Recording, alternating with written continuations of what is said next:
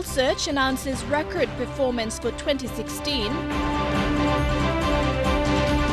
Health Minister and Secretary still silent on Cancer Treatment Center. And Pomio landowners want SABL land ownership returned. This is National EMTV News with Helen Sayer. Good evening. This is Tuesday's news. Thanks for joining us. Oil Search has announced record oil and gas production in 2016. The high oil and gas production of 30.24 million barrels of oil equivalent is a historical result in the company's 88 years of investing in PNG. Oil Search Managing Director Peter Botten said the increase was driven by excellent performance from the PNG LNG project. Oil Search enters 2017 in a strong operational and financial position. With large high-quality reserves and resource base, good cash flow and strong balance sheet, Oil Search believes there is opportunity to create substantial value for the company, its operating partners and PNG through the development of PNG's LNG expansion projects. The LNG business was an outstanding world-class success, and production was at a record level as a total for the organisation. Just over 30 million barrels of oil equivalent represents a record in our history since 1929. Mr. Botten said production from the mature PNG oil fields was also better than expected. However, the increase in product sales was offset by lower global oil and gas prices. Average realized oil and condensate price was down 12% and the LNG and gas price 33% lower than in 2015. We've got some great assets, which are not just about our oil and gas assets, they're about our people, and our people went through the changes that were necessary to adjust and improve our business for that low commodity environment, and we came out of that very much stronger and with a very strong focus on what we had to deliver as an organisation. And that'll continue, because although oil price and gas prices are a little bit higher, they're still not very high. Despite the weak oil and gas price environment and ongoing expenditure on exploration during the year, the company reduced its net debt position by nearly $242 million over the year, highlighting the strength of the company's asset base. PNG has, in my view, an unprecedented opportunity over the next 2 years to look to build and expand a very profitable PNG LNG and develop Elk Antelope, and that extra reserve gives us a bigger platform to grow. It's set a platform for making PNG the #1 focus for the organisation. That inevitably means that we're going to be putting more people in PNG, we're going to be driving our assets a bit harder, and frankly the next 2 years in PNG leading up to LNG expansion and development of Elk Antelope are some of the best projects going in the world.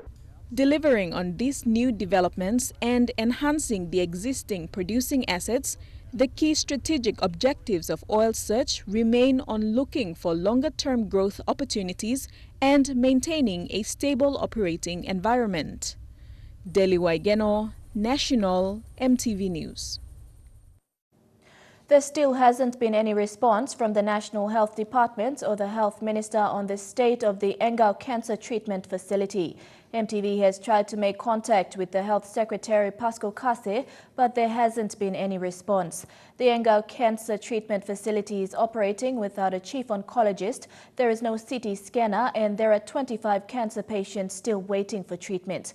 Bethany Harman with this report. There is a public outcry for health authorities to respond to the needs of the Engau Cancer Treatment Facility.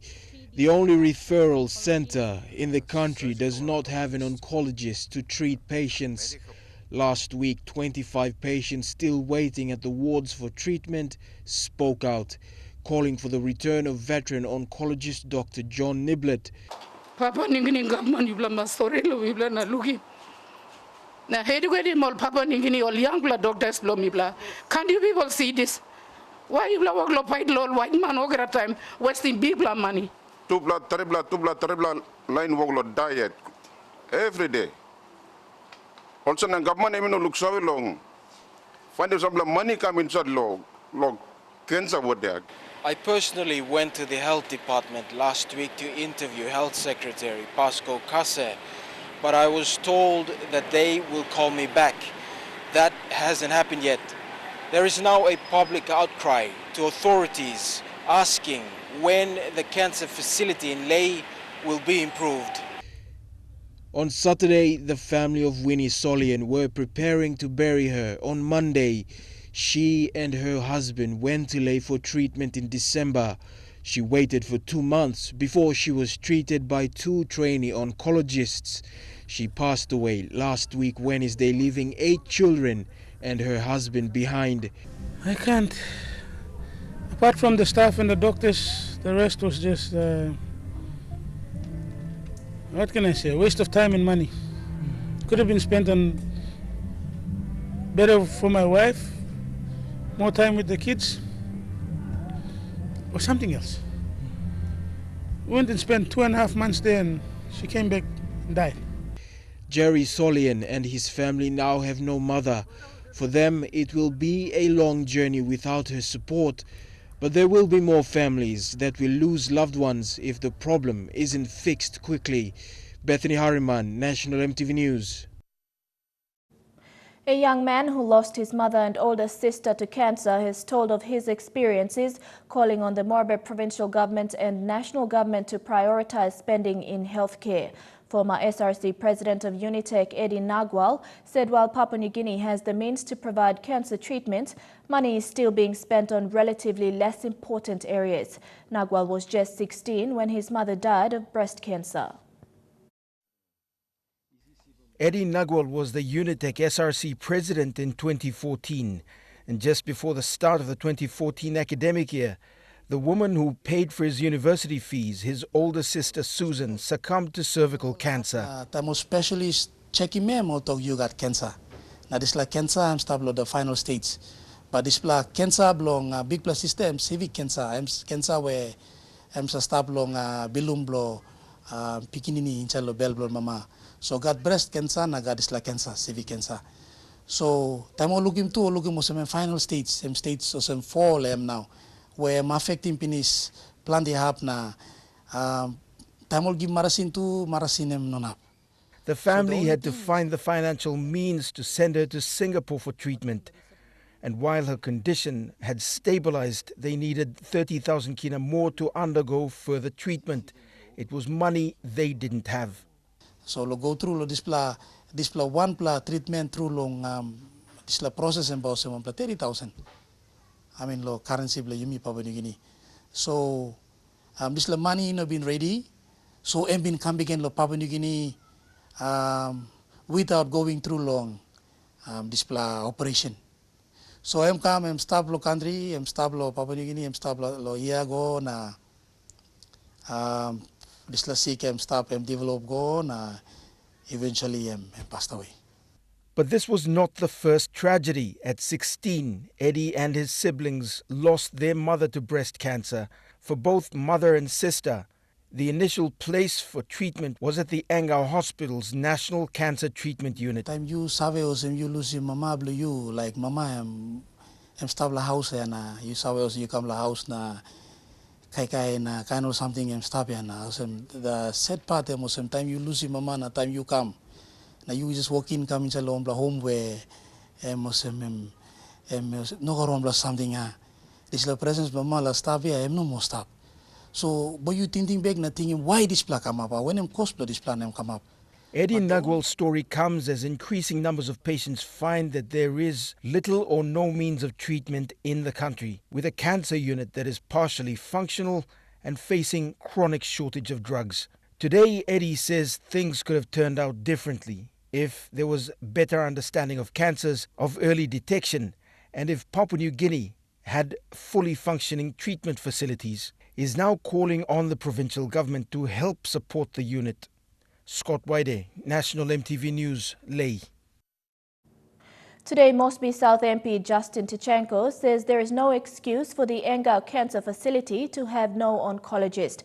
It comes after a mother of 8 from his electorate, Winnie Solian, passed away after going to lay for cancer treatment at Engau. He has called on the health department to recruit a cancer specialist and improve all other problems facing the only referral center in the country. Bethany Harriman with this report. The Engau Cancer Facility problems have received attention from the highest level. Today, Sports Minister and Mosby South MP Justin Tichenko called on the health department to look for a cancer specialist and recruit. We need to get to the bottom of it immediately. I mean, there's really no excuse. Secretary for Health needs to look at this immediately and fill the positions of professional people that can treat cancer at the highest level, whether they're doctors or specialists. They need to fill those positions immediately for the good of our people. The Engau Cancer Facility is the only one in the country, and patients from Port Moresby are referred to lay for treatment. Winnie Solian, a mother of 8, lived in Gabutu. She passed away last Wednesday. The sports minister says she is one of many that have died. One of the brothers is a very close friend of mine that runs the Moresby South Rugby League, and his sister-in-law that passed away is an absolute tragedy. But this is just one out of many thousands that die of cancer every year in Papua New Guinea, with our women and our older people and all the rest of it. The Mosby South MP has also suggested that the health department look into bringing cancer specialists from Australia. Bethany Harriman, National EMTV News. Authorities from the Correctional Service Commissioner's Office say the Hawa Jail in Hela is not built according to CS specifications. Acting Chief Superintendent and Executive Officer Richard Mandui told EMTV News the jail will not be operational unless a new facility is built. This follows calls earlier this month by the Hela provincial government to reopen the jail due to overcrowding in police cells. According to Acting Chief Superintendent Richard Mandiu, the Howard Jail is not built to correctional specifications under its jail facility standards. Mandiu says the infrastructure can't be used for holding detainees with regards to security and containment issues. However, in a visit early this month, Hela Governor Francis Potapes says the jail is in good condition, with Hela provincial government pushing for its reopening.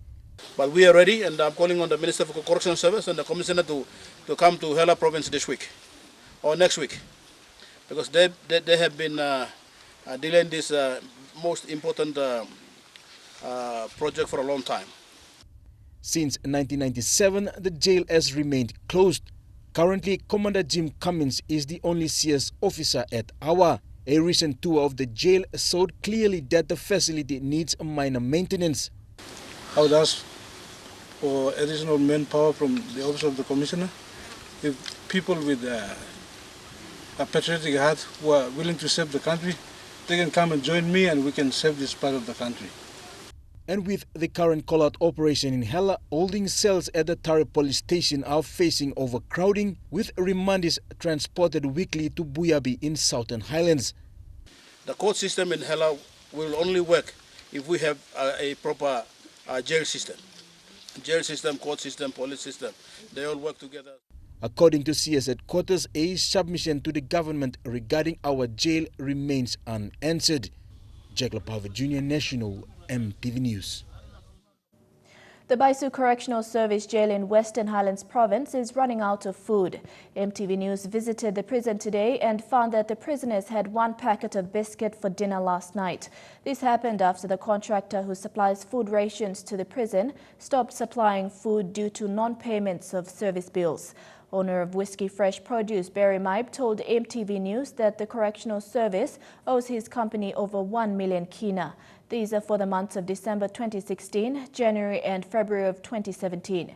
Yesterday, warders contributed at least 20 kina each and bought food for the prisoners to eat. Baisu Jail Commander Tindi Kauga was looking for food to buy this morning to bring back to Baisu. You're watching Tuesday's news. Customary landowners of SABL covered land want to take back ownership. Medang MP questioned over lack of development, and the University of Goroka SRC still suspended. Those stories and more when we come back.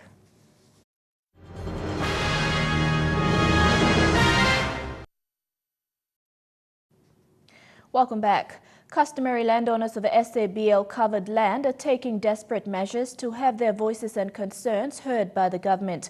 One group from Pomio has been fighting their case for 6 years and has also been involved in national actions to ensure their voices are heard. Today, their representatives were in Port Moresby to hand over 10,000 postcards signed by Papua New Guineans calling on the Prime Minister to cancel illegal SABLs in the country.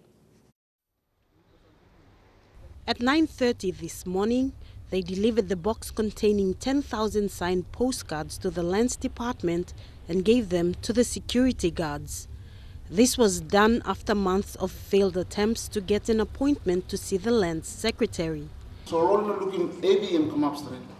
Handing over a box of 10,000 postcards calling for the Prime Minister to act is one of the measures they are taking to regain control over the land and ultimately their lives. They go to the villages, only go to like one of my blong to go and bulldoze. They will come and threaten the villages. They will just go into the village. You know what? No, they have no regard for like council law or the rights of the people. Anna Maria Sitona, Paul Pavol, Ignatius Matapia and Norbert Pames are from West Pomio, whose land are now known as Portion 196C and Concession 27C. They said from the beginning they were told the special agriculture business lease was given to the company in the name of development. You know, been working one plus bridge, you know, working one plus school, you know, working one plus road, you know, upgrading one plus road system, a government kisim, he been building past them. Na lo tok promise belong lo tok also boleh kamna. You mean tok also triple P lo kamna surkin alpin lo government na delivery service. Okay, that's something there is zero. Their numerous attempts to get government and even political support have left them disillusioned about the government's interest in protecting the well-being of its people. Logging code of practice of forestry is setting here. You go place for me player. You know what Baba John? Oil planning through site water. Even sometimes long creek here. All little pieces of stuff like long time only do I stop it there. Me play like open mouse plan, talk or me play like electrician shows and right me plan. Police companies. There is no Baba John, there is no freedom, there is no okay something no at me plus stop also me stop engines and sin carabus. So this is what special agriculture system bring come to you Papua New Guinea. Now me setting foundation we behind future premium by not freedom belonging. Suppose you start helping me metal slaves. Apart from delivering the 10,000 signed postcards today, they have also taken the matter to court and are determined to take back control over their land. So meaning, Mamibla give him life Lomibla. Ground and big something, so Mibla Basanapla ground Lomibla. Sarah Aupong, National EMTV News. A Port Moresby-based police officer appeared for arraignment before the Waigani Committal Court on a charge of dangerous driving causing death. The accused, 40-year-old Billy West, made his first appearance this morning, 6 months after the alleged offence was reported. Mr. West told the courts he was not aware of his appearance dates and as a result did not appear in court on the dates he was supposed to. Police alleged that West was driving towards Garden Hills in the Moresby Northeast electorate when the vehicle he was driving skidded and hit a bystander. West then rushed the victim to the hospital, but she died while undergoing medical treatment. A decision on a slip rule application filed by former Police Commissioner Toami Kulunga will be delivered on March 3rd. The application was filed before the Waigani National Court seeking a leave for judicial review of Kulunga's decision of 2016. The application went before Justice Panuel Mogish this morning. It was filed on grounds that there were misapprehensions in the initial verdict that was delivered in 2016. This case is in relation to the termination of another former police commissioner, Jeffrey Vaki, in 2012. It was argued that despite a court order to reinstate Vaki, Kulunga terminated Vaki 2 days after the order was issued. The slip rule application was made on 4 grounds. They include the separation of powers in the police force, and the charges against Kulunga at the time were still pending. Kulunga's lawyer submitted that statutory powers overrides the court orders. Thus, Kulunga was only acting within his powers to terminate Vaki as a member of the police force. A decision on whether a leave will be granted is expected to be handed down in the next 2 weeks. Tekla Gunga, National EMTV News. The member for Medang Open, Nixon Philip Duban, and his officers had questions fired at them by the Mawan people at a check presentation gathering over the weekend. The people, especially the women, were more vocal, asking the MP and his team to explain why large sums of money previously delivered hasn't seen any real developments. Rachel Shise reports. A good number of men, women and children turned up at the check presentation gathering on the weekend and fired questions at the member for Medang, Nixon Duban, and his officers. This happened before the check presentations. The people's query, especially from the women, was for the Duban team to explain why previous checks with large sums of money pumped into the community hasn't seen real infrastructural developments. You got right to complain, money blue. You play parable same, and me amamas. Me sit down, me Arab, you play me one bell. You play must talk strong, and people money play you play. The Medang MP also, in his explanations to the people of Mawan, highlighted that due to the court's orders dismissing him from office in 2012 and him resuming in 2014, he has only served for 2, now going 3 years, and not the usual 5-year term. 2012, I'm so time me member 9 months so. You know, one player 9 months so na. Code it also we no can member more. Now me come up man nothing also me plan me to me around nothing lorot.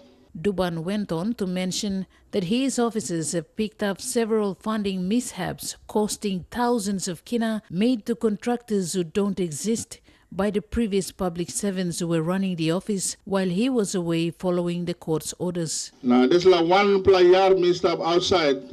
Me looking plenty or gammon paper go inside na gammon funding go long plenty or man. Rachel Shise, National EMTV News, Medang. The Papua New Guinea University of Technology welcomed new and continuing students for the week-long orientation and registration program, which started on Monday and is expected to end on the 24th of this month. Acting Vice-Chancellor Dr. Carl Genna said 3,000 students would be admitted this year in the undergraduate and postgraduate programs. Dr. Genna said the number of new intakes was reduced by about 100 students this year due to limited dormitories and classroom space. Classes will start on the 27th of this month. The Chancellor of the University of Goroka, Joseph Sukwenom, said the University Council has decided to keep the Student Representative Council under suspension until the SRC Constitution is reviewed. Sukwenom said the purpose is to reorganize and reconstitute an SRC so that it becomes a mouthpiece for everyone. The new constitution has to represent the interest of the institution, the PNG government and its people. The University Council has set up a task force to look at the recommendations that were made following a number of investigations that were carried out. The investigations were done after violence broke out at the university last year. The Council will not allow the institution be part of division. University of Goroka cannot be part of dividing a country by running student associations or whatever along regional or ethnic or tribal lines. The University's Council's decision to suspend the Student Representative Council follows a conflict that erupted among students from various groups last year. The conflict started during the student unrest in all the universities. Students were boycotting classes, calling for the Prime Minister to step aside and answer corruption allegations. The conflict follows a disagreement among students of whether to continue supporting their sister universities and go on strike or to return to class. A Constitution Review Committee of the SRC was also formed to look into the Constitution. Vice-Chancellor Dr. Musave Sinambare said since the conflict last year, the university has worked very hard in bringing back normalcy. Dr. Sinambare added a consultation carried out by academic staff with student groupings last year will continue in 2017 so that the Constitution can be reviewed. We are hopeful that once the review process is completed, it will be presented to council, but it is not a university doing it. It's university managing it with the consultation from all the stakeholders. Once the review process is completed, it will be presented to the council. But while it is being undertaken, the SRC will remain suspended following the council's decision. The council has suspended the SRC. There's no more SRC in our operations. And we are working on reviewing the constitution and make sure that the constitution is then, the stakeholders will have to have an input, the composition, what powers it should have, its relationship with not just the university, but its relationship with other external holders. Martha Louise, National EMTV News, Goroka. And now looking at our finance news, the Kina opened unchanged at $0.3150 in the interbank market. At Bank South Pacific, your Kina was buying $0.3075, $0.3974 Australian dollars, $0.2876 euro, and 34.53 Japanese yen. Looking at commodity prices at New York close, gold and coffee closed higher, cocoa and copra closed the day lower. Crude oil closed higher, while palm oil and copper closed the day lower. And on the stock market, the Dow Jones closed at 4.28 points higher, the ASX is trading at 1.39 points lower, and the All Ordinaries closed at 0.82 points lower. This is National EMTV News. Elementary syllabus school materials delivery outside of Port Moresby to be delayed. That story and more on the other side of this break. Stay tuned.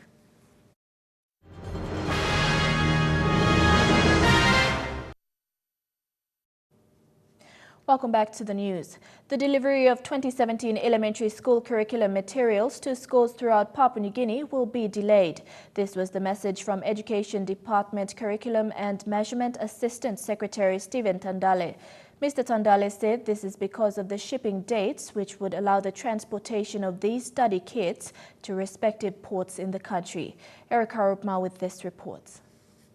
Department of Education, Curriculum and Measurement Assistant Secretary Stephen Tandale told MTV that the department is fully responsible for the packaged materials to be delivered to all schools throughout the country. Today I want to inform you and inform the nation that the study-based curriculum is well and truly into implementation.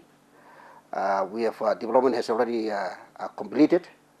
We've written 4-time syllabus: English, language, culture and community, and mathematics, and teacher guide. Teacher guide we have 3 for elementary prep, 3 for elementary 1, and 3 for elementary 2. And the total is 4 syllabus and the 9 teacher guides. Mr. Tandale said there would be delays with the delivery of the 2017 elementary curriculum materials for schools in the Momase, Islands and New Guinea Island regions. Schools within the National Capital District have the SPC already delivered to schools which teachers and students are currently using. However, for schools in the Central and Gulf provinces, education officials are negotiating with contractor Trade Pacific to have their packages delivered to schools. The Central and Gulf is okay because it's on the road. And at the present, I have the representative from the Central and Gulf sitting with me, who are coming to partner with us and the company that is paid to deliver, Trade Pacific, to work together with us to make sure that their provinces' materials are delivered. Meanwhile, the Education Department is working closely with stakeholders to make sure all materials are being delivered to schools. Pleased to hear that all elementary kits were ready about 4 weeks ago, and we were excited, and all our elementary teachers are ready to take on board the new standard-based education and curriculum in the implementation. We are all happy, and we're here to show our partnership with the curriculum division under the AS guidance of Mr. Tandale and his operational staff, with the secretary, and also with our provincial departments. We are also here to go and advise them that we're taking things on board if they are willing to. Eric Arupma, National EMTV News. Youths are the future leaders and must be given the second chance in life because they will determine tomorrow. This was from the Minister for Community Development of the Autonomous Bougainville Government, Josephine Getsi, when opening the mock youth parliament in Buka. Minister Getsi says it's important for youths to know parliamentary procedures and how issues are to be debated. Fabian Hakalitz files the story from Buka. Youths of the autonomous region of Bougainville must be empowered to lead the region in future. Minister Getsi is a testimony of the mock parliament, which has given her the confidence as a parliamentary leader. She says the mock youth parliament is important to give youths the deeper understanding about the parliamentary procedures and how to debate in parliament. To promote peace, democracy and good governance, empowering youths to be responsible people. Anna Solomon, who is the secretary of the National Government's Community Development Department, was happy to see Bougainvilleans taking ownership. Yeah, it's by Bougainvilleans. And that's where your strength lies. You are strong people. Okay? You must draw on those strengths that you have. So Donors were also happy to support this mock youth parliament program in Bougainville with the theme My Future, My Voice. A good opportunity for you to learn as much as you can, and you become to know how the parliamentary system, the people here will be speaking on you how the system works. It represents democracy, which underpins how my society works in Australia and how your society works here in Bougainville and in Papua New Guinea. The Bougainville Mock Youth Parliament is implemented by the UNFPA in partnership with World Vision, Australian Government, the National Government's Youth Development Authority and the Autonomous Bougainville Government. In Buka, Fabian Hakalitz, National EMTV News. The joint European Union heads of missions are in the autonomous region to see opportunities the region can provide. The delegation was led by European Union head Ioannis Yogarakis, RG Ropolis and France Ambassador to Papua New Guinea Pascal Mobe. They were welcomed at Buka Airport by Chief Secretary to the Autonomous Bougainville Government, Joseph Nobetel. Mr. Nobetel said he is keen to discuss specific areas where the European Union and Bougainville can collaborate in a development context to enhance institutional capacity in a wide range of areas. The visit will continue to strengthen their bilateral visit with Bougainville. The National Agricultural Research Institute has identified a total of 11 probable sites in the 7 Highlands provinces to set up farmer resource centers. 6 targeted project areas have signed memorandum of understandings with NARI. It is an agricultural innovation project that stands to improve the livelihood of the 7 agricultural provinces. A focus group study by NARI and funded by Australia on agriculture production has discovered the learning needs for local farmers in the Highlands region to engage in production and post-harvest management. 3 valued crops identified are sweet potato or cowcow, Irish potato and bulb onion. The resource centers which will be set up are for NARI to train farmers on the required knowledge from farming to marketing and processing of the 3 value chains. Improvement in terms of incomes to rural farming communities, and that the objective is that they can actually earn more money than they are now, and that they can be able to look after themselves, pay money to this for school fees and take care of health services and so on. The main target of training the local farmers is to improve their thinking capacity. It is a rural economic development project that targets rural households to alleviate the poverty in rural farming, food security, and improved standard of living. The Southern Highlands Women in Agriculture Development Foundation has recently signed a MOU with NARI and EU to partner to have a resource center in Yalebu district of Southern Highlands province. People been killing me for Mama Southern Highlands. NARI been giving me one black cowcow, call him Karawas. Na arlo disla korwas and one pla plastic na mi pla plan him 10 pla float na mi pla raise him 3,000. We alone cannot implement and deliver what is needed by our people. So by partnering, we can be able to help our people. So this agreement basically it binds us together so that we can work together to deliver what is needed by our rural people. The 11 targeted project areas are Okapa Station and Ithiufa in Eastern Highlands, Gumini and Gome in Simbu, Minch in Jiwaka, Tambul and Baya in Western Highlands, Mendi and Yalibu in Southern Highlands, Layagam in Enga and Ella Province. These are the areas where most of the 3 value crops are farmed and sold. Vasinata Yama, National EMTV News, Mount Hagen. Chukai Sports is up next. We have a full lineup of AFL, football and a sprint queen Toya Whistle breaking records in Australia. Don't go away.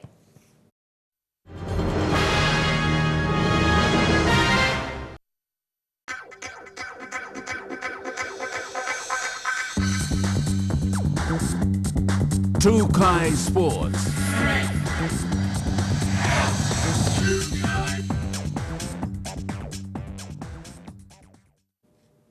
Welcome to Chukai Sports. Australian Community Football Operations Manager Andrew Hughes has told EMTV Sports that the 2014 AFL Cup champions, the PNG Mosquitoes, are looking forward to defending their International Cup title. Hughes said tournaments will be hosted to make selections for top players to form the final squad, which will go into training in preparations from August 5th to the 19th in Melbourne, Australia.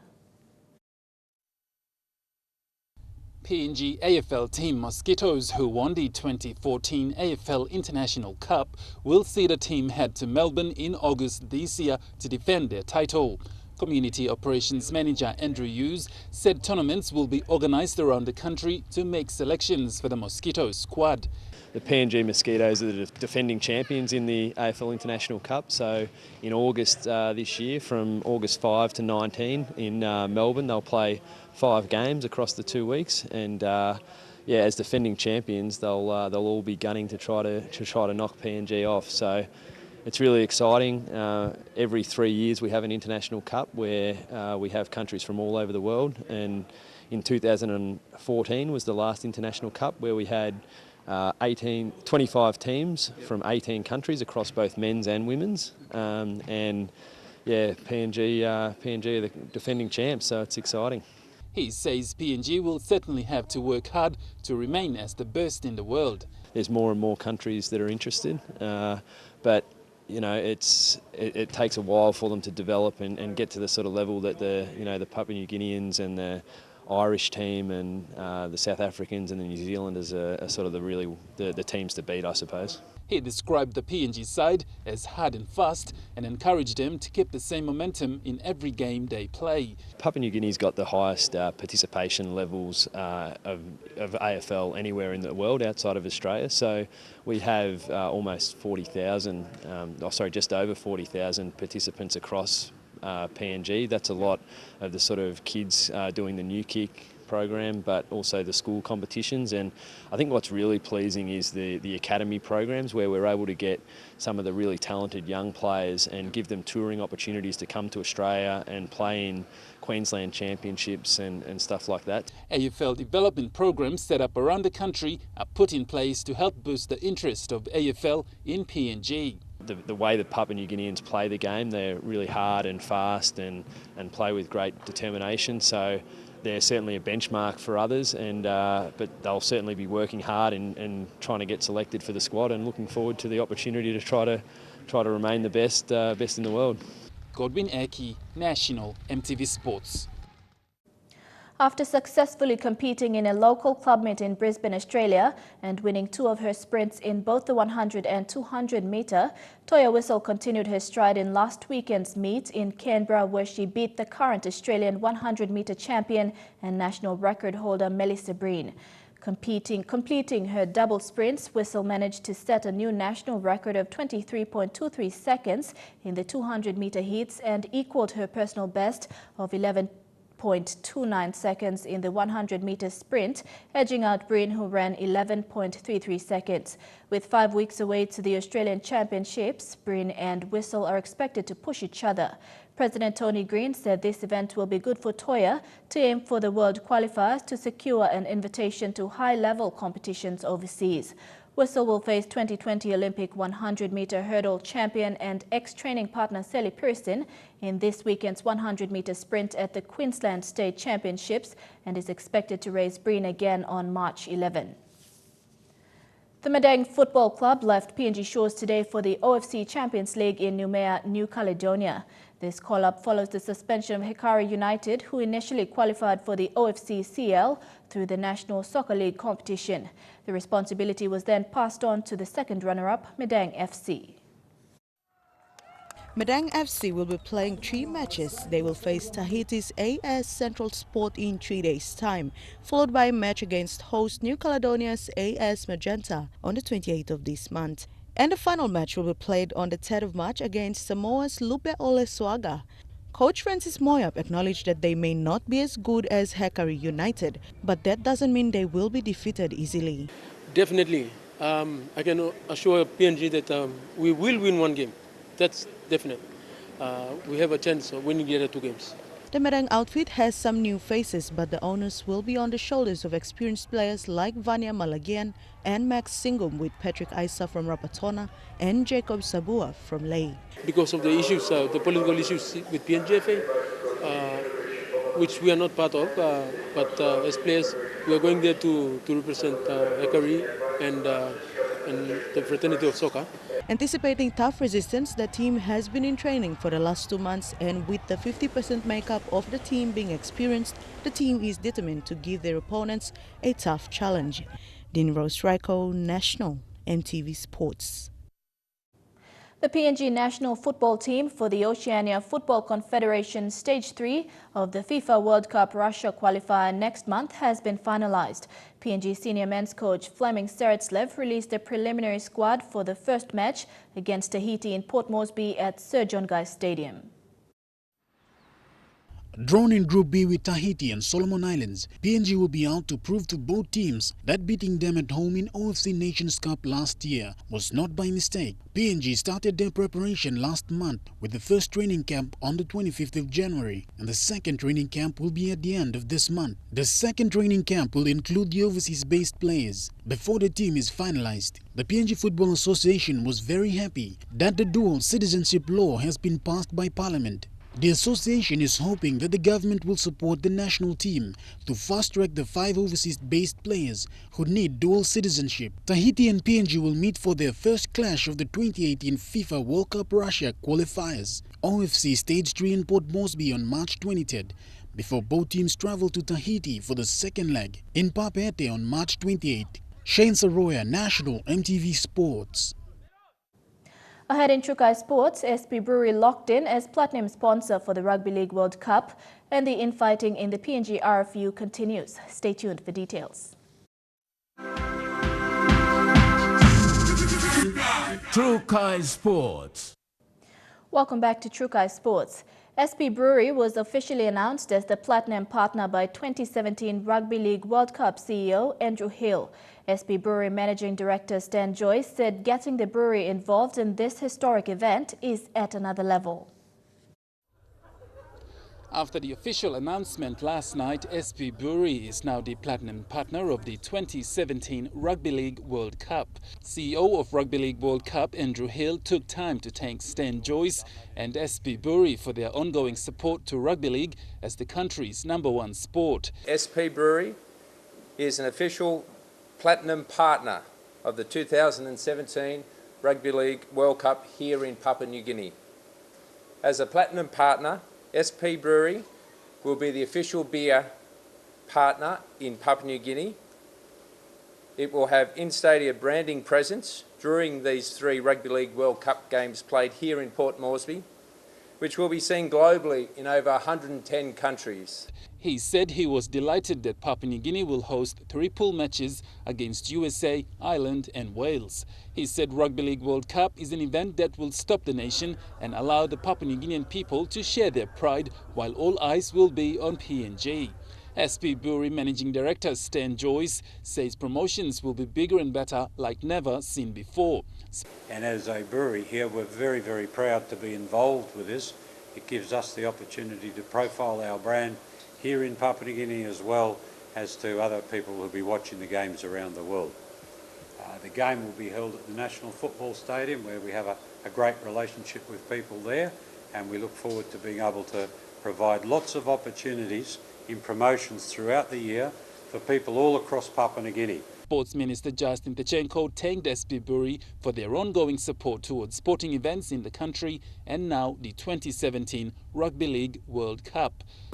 This World Cup will definitely get to our people's heart as our national sport. And this has been a really interesting journey from the Rugby League World Cup in London, where it all began, to work with the Australians to successfully get our pool played here. And I thank the NRL Commission and the Australians for supporting Papua New Guinea. 2017 Rugby League World Cup pool matches for Papua New Guinea will start on the 27th of October and end on the 2nd of December, with semi-finals and grand final to be played in Australia. Godwin Eki, National EMTV Sports. Sports Minister Justin Tachenko has told EMTV Sports that the PNG Rugby Football Union saga is now in the hands of the PNG Olympic Committee and World Rugby Union body to now stand as mediators. The two parties will address the issue in making sure that Stephen Kami and Ben Frame contribute to solving the issue. Due to issues of non-compliance with Ben Frame and Stephen Kami over the precedence of the PNG Rugby Football Union, the matter is now with World Rugby Union and the PNG Olympic Committee to handle the issue and settle it once and for all. Sports Minister Justin Tachenko says he played his part in mediating between Ben Frame and Stephen Kami. Only Kami has agreed to comply with provided solutions to fix the issue. Now, the PNG Olympic Committee have agreed to put 2 prominent Papua New Guineans from the PNG Olympic Committee to be the mediators of this particular impasse.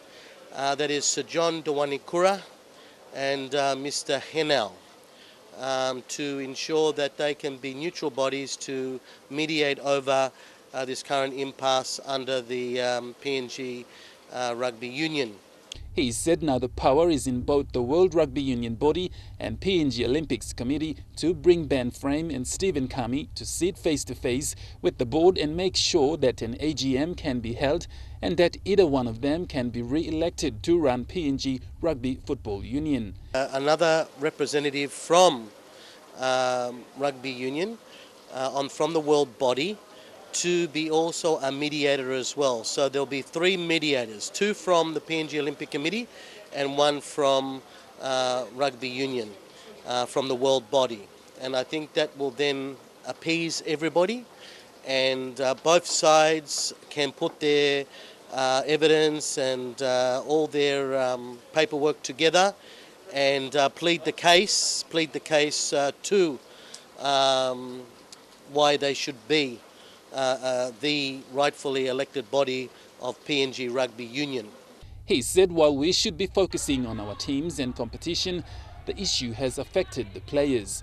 He hopes that getting both the PNG Rugby Union body and PNG Olympics Committee involved should help solve the matter and get everyone back on track in 2017. Godwin Eki, National EMTV Sports. And that's a wrap on Trukai Sports. I'll have the weather for the next 24 hours after the break. Trukai Sports.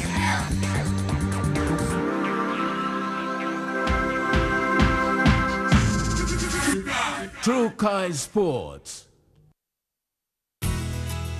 The weather details are proudly brought to you by Dulux Weather Shield. Worth doing with Dulux. Your weather forecast for the next 24 hours in the southern region only. Mostly fine in Port Moresby and Popondetta. Becoming cloudy with late evening showers in Daru and chances of light showers this evening, then fine in Kerma and Alotau.